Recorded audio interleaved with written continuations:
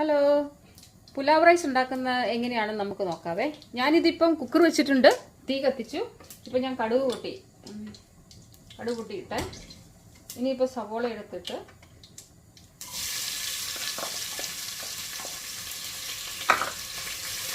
പിന്നെ പച്ചമുളക്,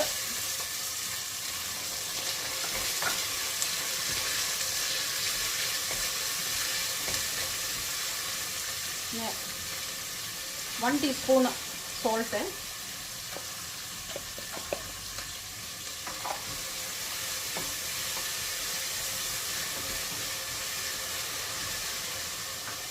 പിന്നെ 1/4 ടീസ്പൂൺ മഞ്ഞൾപ്പൊടി,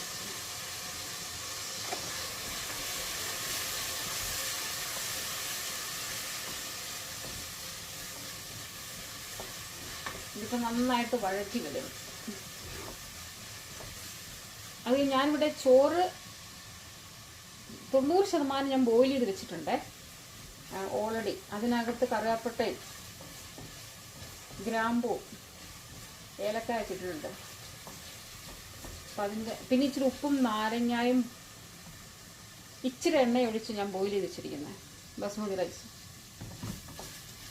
അപ്പം അങ്ങനെയാകുമ്പം ഇതുണ്ടാക്കുമ്പോൾ എളുപ്പമുണ്ട്. അത് മാത്രമല്ല, ചോറ് നന്നായിട്ട് നേരത്തെ ഉണ്ടാക്കി തണുത്ത് വെച്ചിരുന്നാൽ മാത്രമേ ചോറ് മാറി മാറി കിടക്കുള്ളൂ. അല്ലെങ്കിൽ പെട്ടെന്ന് നമ്മൾ ബോയിൽ ചെയ്തിട്ട് പെട്ടെന്ന് ഫ്രൈഡ് റൈസോ ഇതുപോലെ പുലാവ് റൈസോ ഗീ റൈസോ ഒക്കെ ഉണ്ടാക്കുമ്പോൾ എണ്ണയ്ക്കകത്തോട്ട് ഇടുമ്പോൾ ഉണ്ടല്ലോ, അതിൻ്റെ ആ വെള്ളം ശരിക്കും ഊർന്നു പോകാത്തതുകൊണ്ട് ചിലപ്പോൾ അടയായി പോവും. അപ്പം ഇതാകുമ്പം ഇപ്പം നോക്കിയാൽ ചോറ് മാറി മാറി കിടക്കുന്നുണ്ട്, ഇങ്ങനെ മാറി മാറി കിടക്കണം. അപ്പം അതിന് ഇതുപോലെ നേരത്തെ ഒരു 3-4 മണിക്കൂർ മുമ്പേ ശരിക്കും 95% വരെ ബോയിൽ ചെയ്ത് വെക്കണം. അല്ലെങ്കിൽ വെന്തില്ലെങ്കിൽ പിന്നെ രണ്ടാമത് എത്ര വേവിക്കാൻ നോക്കിയാലും അതിങ്ങനെ കടിച്ചുകൊണ്ടിരിക്കും. ഇപ്പം ശരിക്കും നന്നായിട്ട് വഴറ്റിയിട്ടുണ്ട്. പിന്നെ ഇതിൻ്റെ കൂടെ ജീരകം, പുലാവ് റൈസിന് ജീരകം കേട്ടോ മുന്നിൽ നിൽക്കട്ടെ. അപ്പം ജീരകം ഇട്ട്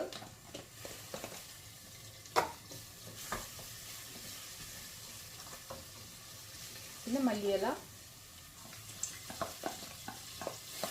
നേരത്തെ ഇടുന്നത് എന്തിനാന്ന് വെച്ച് കഴിഞ്ഞാൽ ചോറിനകത്തോട്ട് അതിൻ്റെ ഫ്ലേവർ വരാൻ വേണ്ടിയാണ്.